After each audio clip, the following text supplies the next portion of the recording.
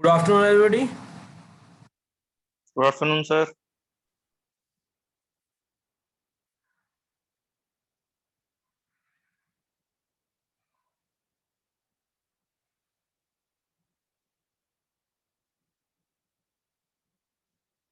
हम लोगों ने शायद पिछली बार पहले क्लास के बाद दूसरा क्लास किया था और उसके बाद क्लासेस हो नहीं पाए थे।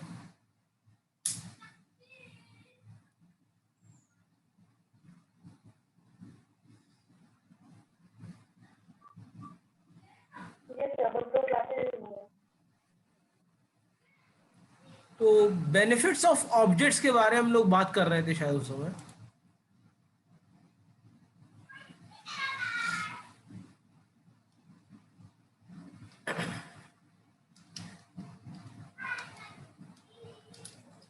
तो देखिए, ऑब्जेक्ट्स का एक तरह का ब्लेंड हमने स्ट्रक्चर और यूनियन के थ्रू देखा है, पर स्ट्रक्चर और ऑब्जेक्ट में अंतर क्या था ये हम लोगों ने पहले डिस्कस किया था।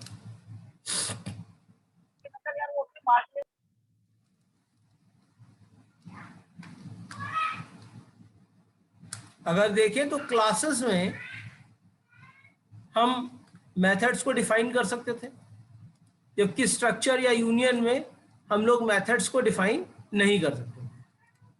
तो एक तरीके से डेटा हाइडिंग का जो कॉन्सेप्ट था या इंफॉर्मेशन को हाइड करने का जो कॉन्सेप्ट था वो आपका यूज तो हुआ था, पर प्योरली अगर आप कहिए कि इसको हमने यूज कर रखा था तो वो हम यूज नहीं कर पाए थे।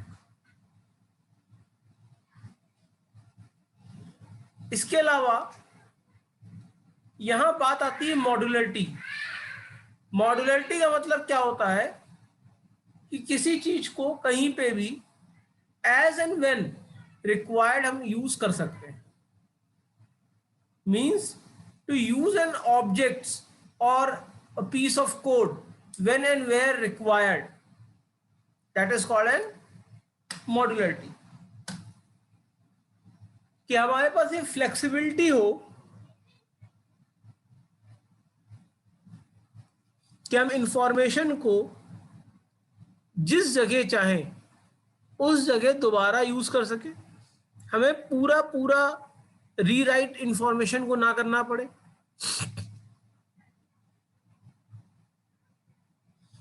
तो इसके लिए हम लोग मॉड्यूलरिटी को मानते हैं।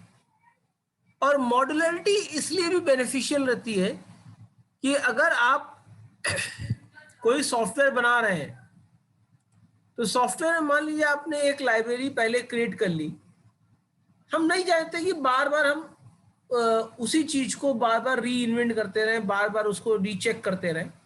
एक बार हमारे पास रिजॉल्व फॉर्म में चीजें आ गई, मॉड्यूलर फॉर्म में चीजें आ गई, हम उन्हीं मॉड्यूल्स का यूज करके उसको आगे क्रिएट करना चाहते हैं। इसके बाद आता है इंफॉर्मेशन हाइडिंग का मतलब। इंफॉर्मेशन हाइडिंग का मतलब ये हुआ कि जहां पर जरूरत नहीं है वहां पे इररिलेवेंट इंफॉर्मेशन को गिवन करने की कोई आवश्यकता नहीं है।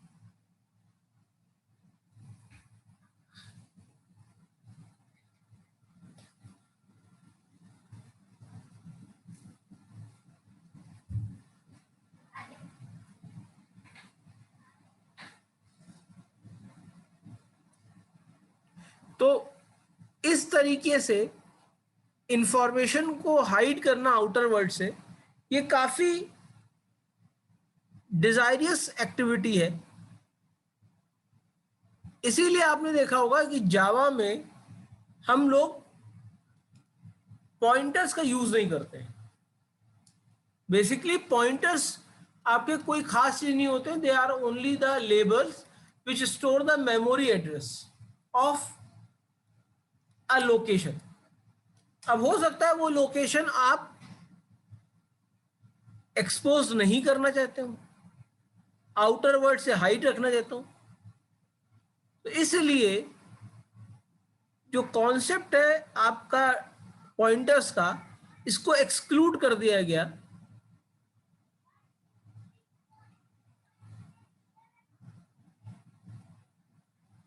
जिसकी वजह से जावा आपकी ज्यादा सिक्योर लैंग्वेज मानी जाती है। क्लियर है बेटा इतनी बात? Yes sir.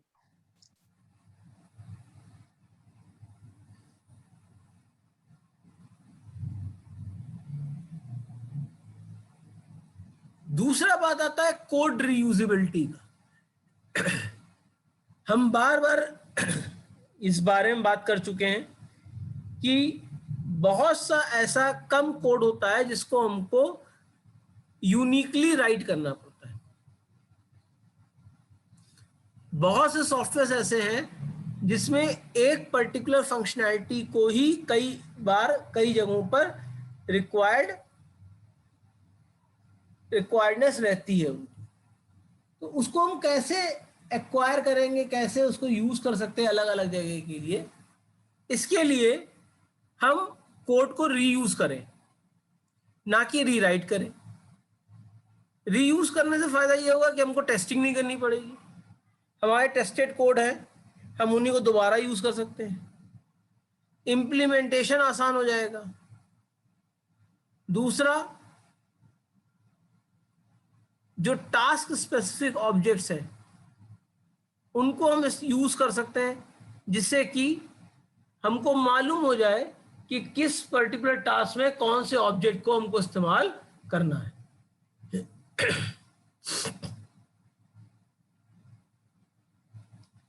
इसके अलावा जो डिबगिंग की ईज हो जाती है, जब हम एक चीज को पहले से ही क्लियर कर लेते हैं कि इसमें और कोई प्रॉब्लम नहीं आने वाली है, ये हमारा टेस्टेड सेगमेंट है कोड का, तो हमको बार बार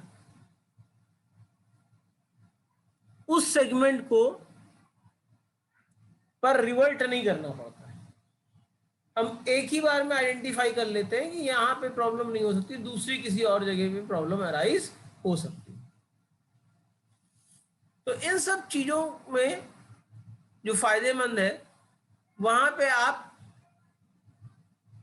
ऑब्जेक्ट्स का यूज कर सकते हैं, क्लासेस का यूज कर सकते हैं, जिनका यूज होने की वजह से हमारा जावा हायर मॉड्यूलर हो गया है, हाई मॉड्यूलरिटी को अटेन करता है, डिबगिंग आसान हो जाती है, और दूसरा जो बाइट कोड हो जाते हैं उनको अवेलेबल जीवीएम के थ्रू हम कहीं पे भी किसी भी तरीके से एग्जीक्यूट कर सकते हैं।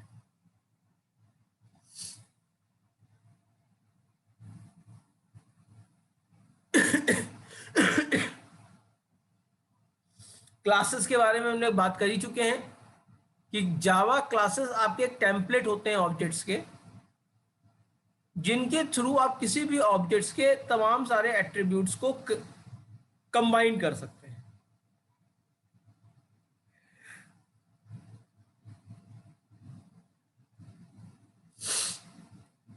जावा क्लासेस और आपके C++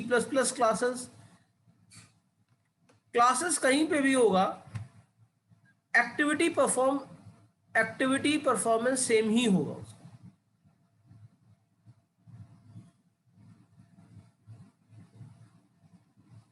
इसके बाद बात आती है इनकैप्सुलेशन की। इनकैप्सुलेशन एक टेक्निक है जिसके थ्रू हम किसी भी क्लास में वेरिएबल्स को स्टोर करते हैं। अब ये वेरिएबल्स आपके दो तरह के हो सकते हैं, एक पब्लिक हो सकता है, एक प्राइवेट हो सकता है। Private variables are only access by the member variable of the class. They can't be accessed by the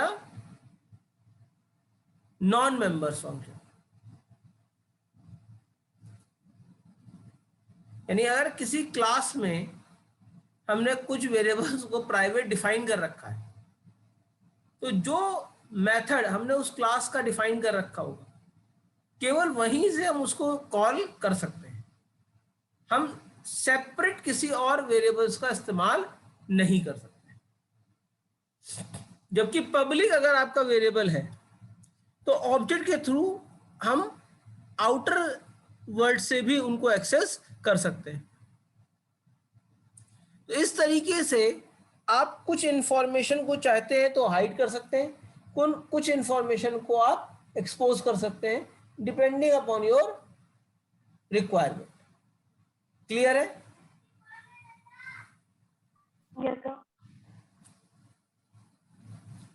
encapsulation आपका वहां डिस्क्राइब कर सकते हो एज ए प्रोटेक्टिव बैरियर, जो प्रिवेंट करता है कोड और डेटा को आउटर वर्ल्ड के कांटेक्ट में आने से। जैसे इस समय अगर आप देख लीजिए तो हम लोगों ने ऑफलाइन क्लास क्यों नहीं चला रखी? क्या भाई ऑफलाइन क्लासेस में हम लोगों का इंटरेक्शन होगा आउटर वर्ल्ड से भी? अभी आप अपने घर के कंट्रोल्ड एनवायरनमेंट में थ्रू आईडी कनेक्टेड है। अब कंट्रोल्ड आइटम का मतलब क्या हुआ? कंट्रोल्ड एनवायरनमेंट का मतलब क्या हो गया? कि जहां पर आउटर वर्ल्ड एनवायरनमेंट का कोई भी इफेक्ट नहीं आ रहा है। आप अपने घर में हैं, आप अपने घर में जो भी प्रोटेक्शन लेयर्स है आप उसको यूज करते हुए घर में आराम से पढ़ाई कर रहे हैं। आपका जो कॉलेज का मूवमेंट था वो भी रिड्यूस हो गया है, आपको कॉलेज नहीं आना पड़ रहा है, जहां से इन्फेक्शन का खतरा आपको हो सकता है, जो डेटा आपका करप्ट हो सकता है। तो अगर डेटा के फॉर्म में देखें तो डेटा आपका आउटर वर्ल्ड से इंटरेक्ट नहीं कर रहा है। इस समय आप कंट्रोल्ड एनवायरनमेंट के अंदर कंट्रोल्ड एक्टिविटीज को ही परफॉर्म कर रहे हैं और परफॉर्मेंस आपको मिल रही है। क्लियर है ना बेटा बात? तो एक तरीके से आप एक प्रोटेक्टिव लेयर के अंदर है। जब आप कॉलेज आ रहे थे तो आप रास्ते में तमाम लोगों से इंटरेक्ट कर रहे थे, तमाम लोगों के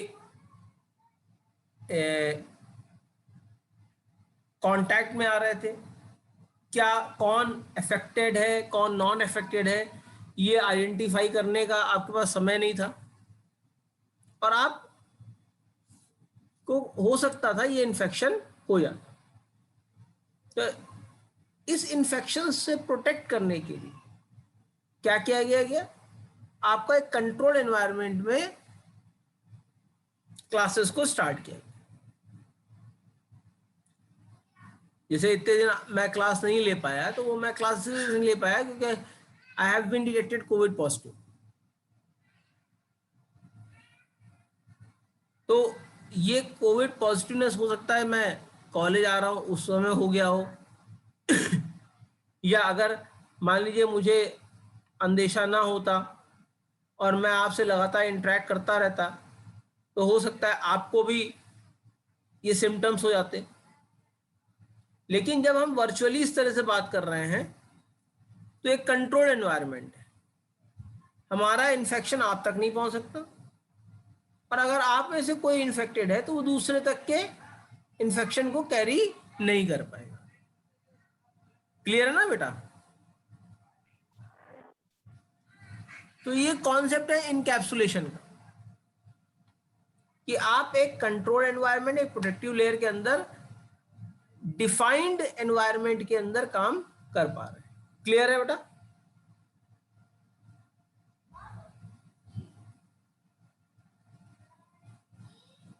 कोई प्रॉब्लम इसमें? No sir.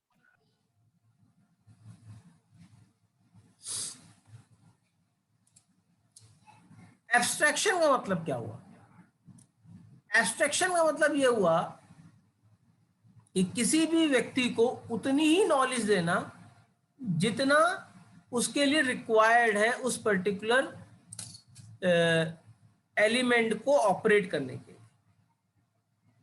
अब जैसे हम सब लोगों के घर में फैन लगा हुआ है, हमको पूरे फैन की फंक्शनिंग नहीं मालूम, हमको ये मालूम है हमको स्विच को ऑन करना है और फैन हमारा स्टार्ट हो जाएगा। हमको ये नहीं पता करना है कि उसके अंदर इंटरनल वर्किंग क्या होगी। तो जब हम इंटरनल वर्किंग पे ज़्यादा ध्यान नहीं दे रहे हैं, इसका मतलब क्या है कि हमारे लिए वो एक एब्स्ट्रैक्ट वैल्यू है जिसके बारे में हमको समझने की जरूरत नहीं है। हमको ये मालूम है हम ये पर्टिकुलर बटन या स्विच प्रेस करेंगे और इसकी फंक्शनैलिटी की वजह से ये चीज हमको मिलना शुरू हो जाएगी। क्लियर है?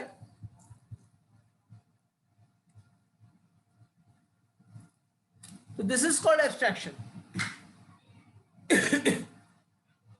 मान लीजिए हमारे पास बाइक है, हमको बाइक चलानी आती है, पर बाइक का इंजन किस तरह काम कर रहा है इसको रिकॉग्नाइज करना, इसको जानने की आवश्यकता हमको नहीं। हमको टेलीविजन देखना है, we does not need to know how the frequency has been captured, और वो फ्रीक्वेंसी कैसे री कॉन्फ़िगर हो रही है, फिर री असिस्ट हो रही है, और री असिस्ट करके हम उसको दोबारा जो है वापस देख पा रहे हैं। तो ये सारी जो प्रक्रिया होती है जिसमें हमको केवल ऑपरेशनल नॉलेज मालूम होती है, it is called abstraction. Abstraction की वजह से हमारे प्रोग्राम बनाने का तरीका भी बदल जाता है। नॉर्मली अगर हम प्रोग्राम बना रहे हैं तो हम ये मालूम होना चाहिए हमें क्या करना है, ये चीज बात की बात है कि हमें वो कैसे करना है। जैसे मान लीजिए मुझे कहना है कि जब भी कोई नया व्यक्ति आएगा उसको एक ऐसा नंबर मिलेगा जो पहले से किसी को अलॉट नहीं है, तो ये क्या करना हो गया, कैसे करना है इसकी अभी आवश्यकता नहीं है। हमने एक मॉड्यूल बना रखा, उस मॉड्यूल में को जब बनाएंगे तब तो हम समझेंगे कि हमने उसके अंदर क्या क्या फंक्शनैलिटीज हमको डालनी, अभी हमको ये समझने की आवश्यकता नहीं। क्लियर है बेटा?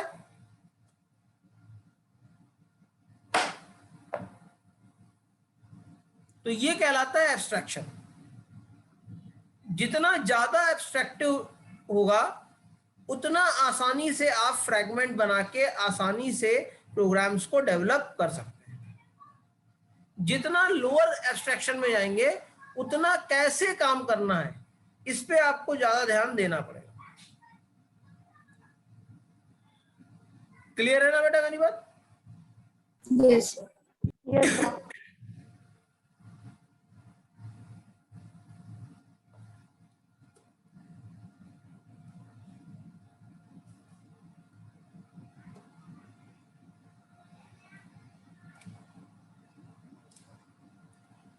तो नॉर्मली बात अगर यहां हो तो we have to just understand the interface और इंटरफेस के अंडरलाइन जो प्रोसेस हो रहा है, जो बैकएंड पे प्रोसेस हो रहा है, उसको हमको रिकॉग्नाइज करने की उतनी आवश्यकता नहीं होती है at the time when we are performing the high level design, जब हाई लेवल डिजाइन हम कर रहे हैं। इसके बाद इनहेरिटेंस के बारे में हमने बात की थी कि मान लीजिए किसी क्लास में कुछ एट्रीब्यूट्स हमने बना रखे हैं, उन एट्रीब्यूट्स को, उन फंक्शंस को हमको और जगहों पे भी इस्तेमाल करना होता है। तो हम कैसे कर सकते हैं?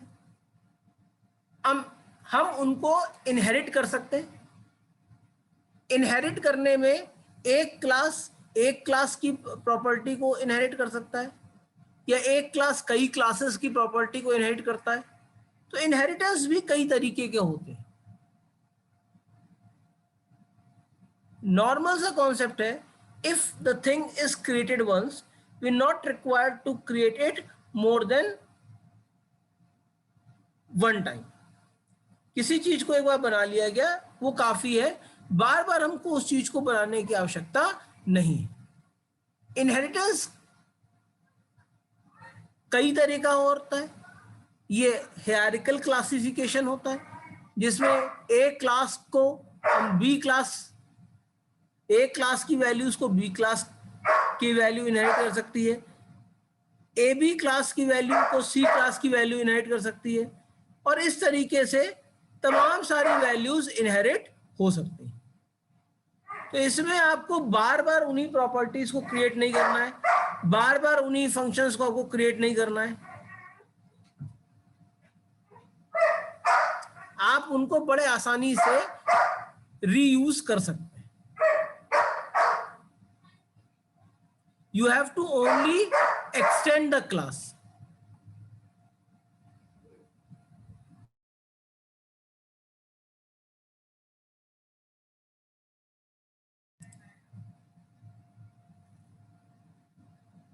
तो यहां पर दो क्लास होगा, एक डिराइव क्लास होगा, एक बेस क्लास होगा।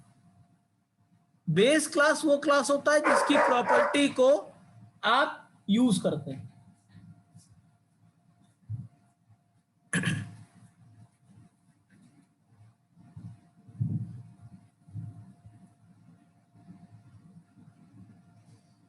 अब बात आती है पॉलीमॉर्फिज्म का। पॉलीमॉर्फिज्म का मतलब क्या होता है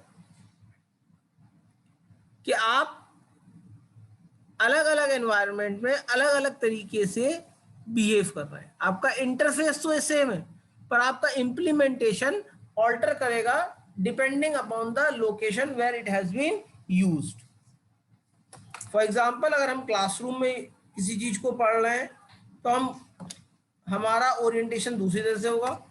मान लीजिए अगर हम प्राइवेटली किसी चीज को पढ़ रहे हैं तो हमारा ओरिएंटेशन अलग तरीके से होगा। हम पार्टी में जा रहे हैं तो हम ओरिएंटेशन अलग तरह से लेके जाएंगे, माइंड सेटअप अलग तरह से लेके जाएंगे। हम क्लास में जा रहे हैं तो हमारा माइंड का सेटअप दूसरा होगा। तो that depends upon the environment where we are being used और where we are implementing our code. जैसे अगर आप देखिए तो आपने प्रिंटिफ स्कैनफ फंक्शंस को यूज कर रखा है। तो प्रिंटिफ स्कैनफ फंक्शंस कभी एक वैल्यू को एक्सेप्ट करता है, कभी दो वैल्यू को एक्सेप्ट करता है, कभी फ्लोट वैल्यू को एक्सेप्ट करता है, कभी इंटीजर वैल्यू को एक्सेप्ट करता है। तो जैसी जहां रिक्वायरमेंट होती है वैसे वहां पे उस तरह की वैल्यूज को एक्सेप्ट करता रहता है। तो this is a feature which is known as polymorphism. Clear है बेटा? Yes, sir. Polymorphism is a capability of method to do different things based on the object that is acting upon. मतलब जिस तरह का ऑब्जेक्ट एक्ट कर रहा होगा उस तरह के एक्टिविटी परफॉर्म करेगा। In other words, polymorphism allows us to define one interface and have multiple implementation. It is a feature that allows one interface to be used for general class of actions. An operation may exhibit different behavior in different instances.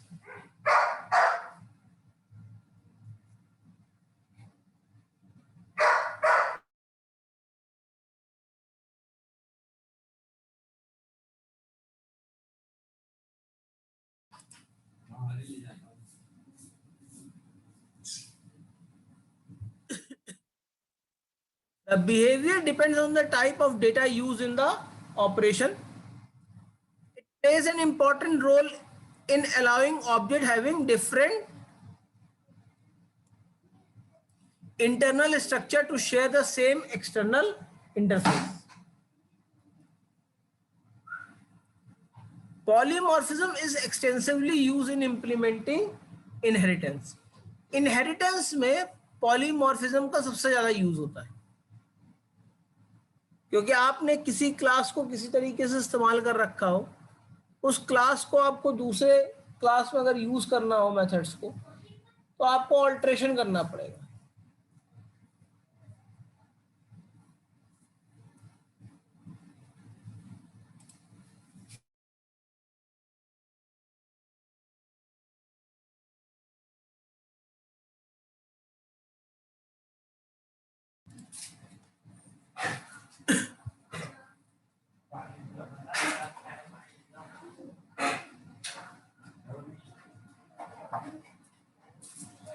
ये हम लोगों ने diagram इससे पहले पढ़ा था.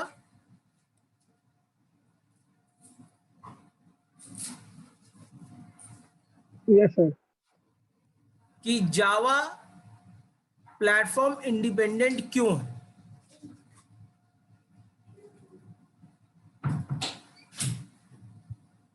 कि जावा को सबसे पहले आप कंपाइल करते हो और जो कोड आपका होता है वो आपका जावा के नाम से होता है. जब कंपाइल करते हो तो जो आपका आफ्टर वर्ड कोड आता है वो आपका बाइट कोड आता है. अब ये बाइट कोड इंटरप्रेट होता है depending upon the JVM which has been available. JVM अगर विंडोज की है तो विंडोज पे कोड एग्जीक्यूट हो जाएगा. जेवीएम अगर लिनक्स की है तो लिनक्स पे कोड एग्जीक्यूट हो जाएगा. जेवीएम अगर हमारे पास मैक की है तो मैक पे कोड हमारा एग्जीक्यूट हो जाएगा. तो depending upon the JVM platform, जिस प्लेटफॉर्म की जेवीएम अवेलेबल होगी वो प्लेटफॉर्म पे वर्किंग हमारी आसानी से हो जाएगी. तो अगर आप देखिए तो जावा प्रोग्राम 2 स्टेप में वर्क करता है. सबसे पहले जावा कंपाइल होगा और उसके बाद जावा का प्रोग्राम इंटरप्रेट होगा.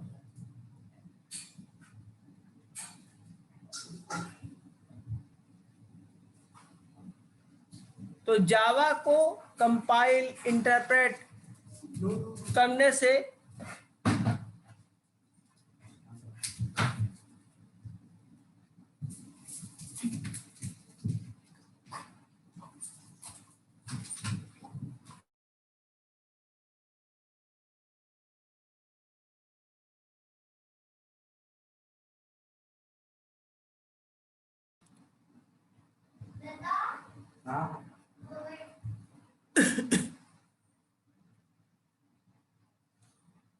now how is Java is different from C language?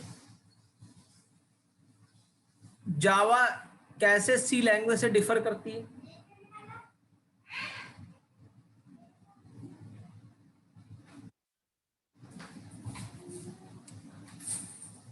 The major difference is that C is a structure oriented language and Java is an object oriented language and has a mechanism to define classes and object.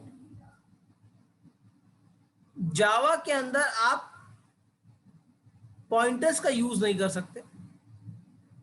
It does not have a pointer type.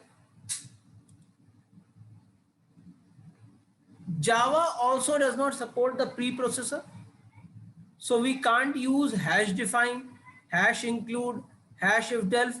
यानी जो भी आपके pre processor directive से, इनको आप इस्तेमाल नहीं कर सकते जैसे आप सी में करते थे।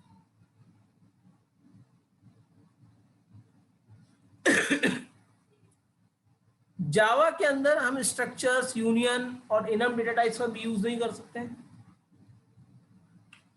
जावा के अंदर आपके कीवर्ड्स जैसे कि go to, size of, type, def, ये सब भी इस्तेमाल नहीं होते हैं। हाँ, जावा के अंदर आप दो लेवल्स यूज कर सकते हैं, ब्रेक एंड कंटिन्यू।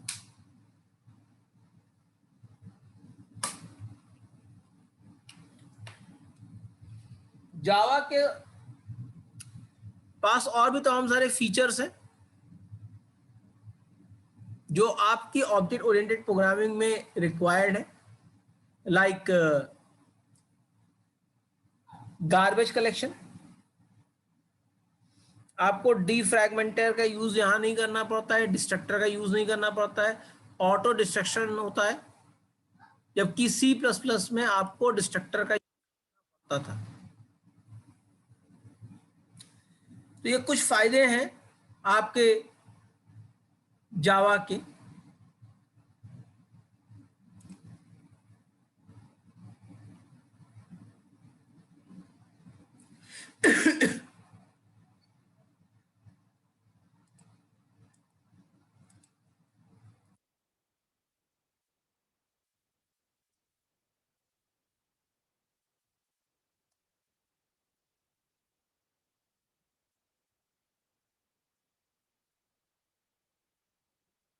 अब C++ और जावा में डिफरेंस क्या है? सबसे पहला डिफरेंस अगर आप देखिए तो C++ आपका जो है वो कंप्लीट ऑब्जेक्ट ओरिएंटेड नहीं है। It follow the concept of object oriented but it is not a complete object oriented programming. यानी आप इसमें मॉड्यूलर प्रोग्राम भी क्रिएट कर सकते हैं। जरूरी नहीं है कि आपको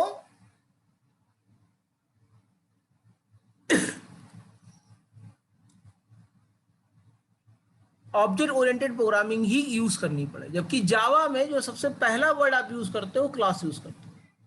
पब्लिक स्टैटिक क्लास यूज आपको करना पड़ता है। दूसरा,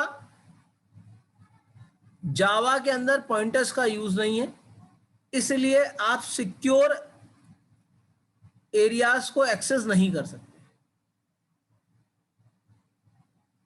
जावा के अंदर स्ट्रक्चर, यूनियन और इनम डेटा टाइप्स भी नहीं होता है। जावा के अंदर आप ऑपरेटर ओवरलोडिंग का भी यूज नहीं कर सकते हैं। आप फंक्शन को ओवरलोड कर सकते हैं पर ऑपरेटर को ओवरलोड नहीं कर सकते। प्री प्रोसेसर का कोई रोल नहीं है आपका जावा में। जावा में प्री प्रोसेसर को एलिमिनेट ही कर दिया गया है।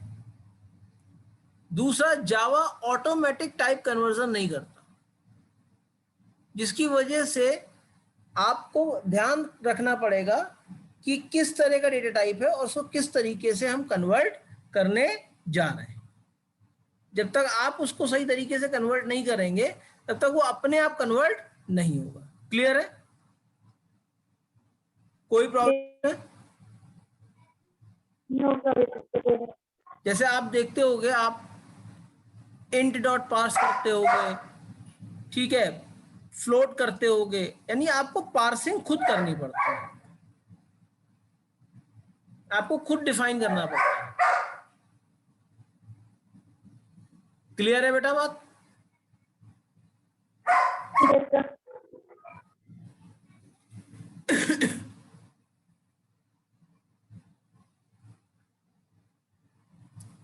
जावा ग्लोबल वेरिएबल्स को भी सपोर्ट नहीं करता।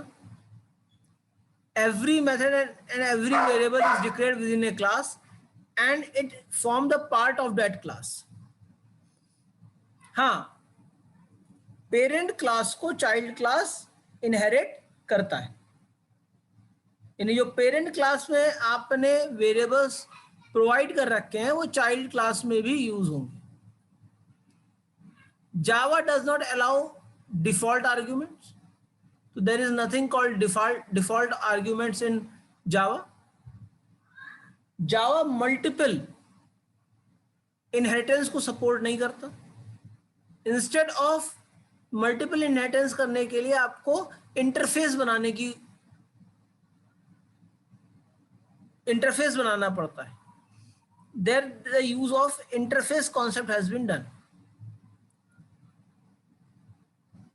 It is not possible to declare unsigned integer in Java. जबकि आप unsigned integer आप C++ दोनों में डिफाइन कर सकते थे. In Java objects are passed by reference only. जबकि C++ में वैल्यू और रेफरेंस आप दोनों से पास कर सकते हैं. जो नए फीचर्स जावा में ऐड किए गए हैं दे आर मल्टी-थ्रेड. मल्टी-थ्रेडिंग आपके का एक ऐसा कॉन्सेप्ट है जो अलाउ करता है पैरेलली एक से ज्यादा प्रोग्राम्स को एग्जीक्यूट करना कॉन्करेंटली. फॉर एग्जांपल जब हम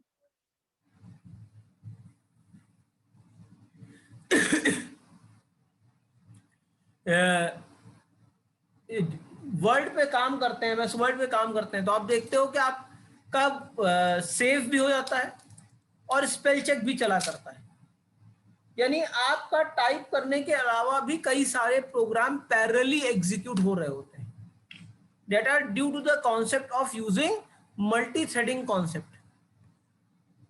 जावा को मल्टी थ्रेडिंग कॉन्सेप्ट यूज करने के लिए हार्डवेयर की सपोर्ट की रिक्वायरमेंट नहीं है. बगैर हार्डवेयर के सपोर्ट के भी मल्टी थ्रेडिंग कॉन्सेप्ट को इंप्लीमेंट किया जा सकता है.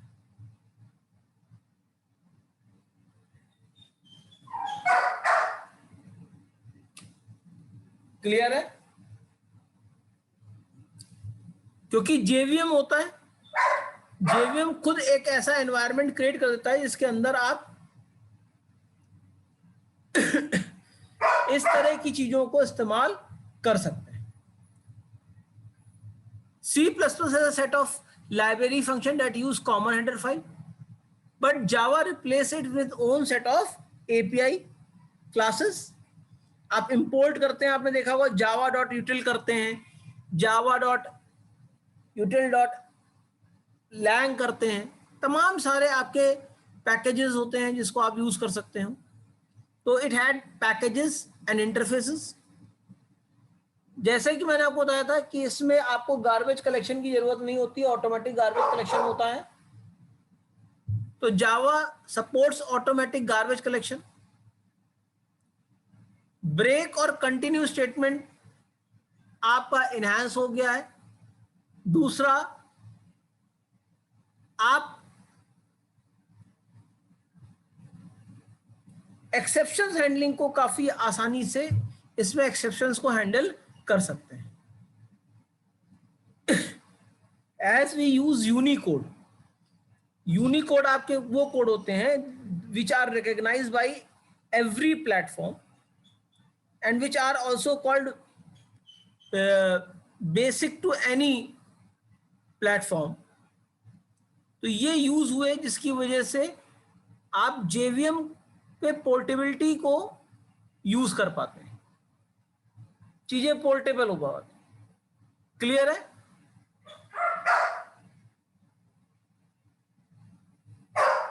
क्लियर है बेटा ये बातें? Yes. Yes, sir. Though C++ and Java support Boolean data types, C++ takes any non-zero value as true and 0 as false. True and false in Java are predefined literals that are values for Boolean expression. Java has replaced the destructor function with a finalize function. जैसे आप किसी चीज को finalise कर देते हैं, उसमें जितनी भी स्पेसेस स्टोर्ड होती हैं वो सारी चीजें आपकी मैनेज हो जाती हैं. C++ support exception handling that is similar to Java. However, in C++ there is no requirement that a throw exception be caught.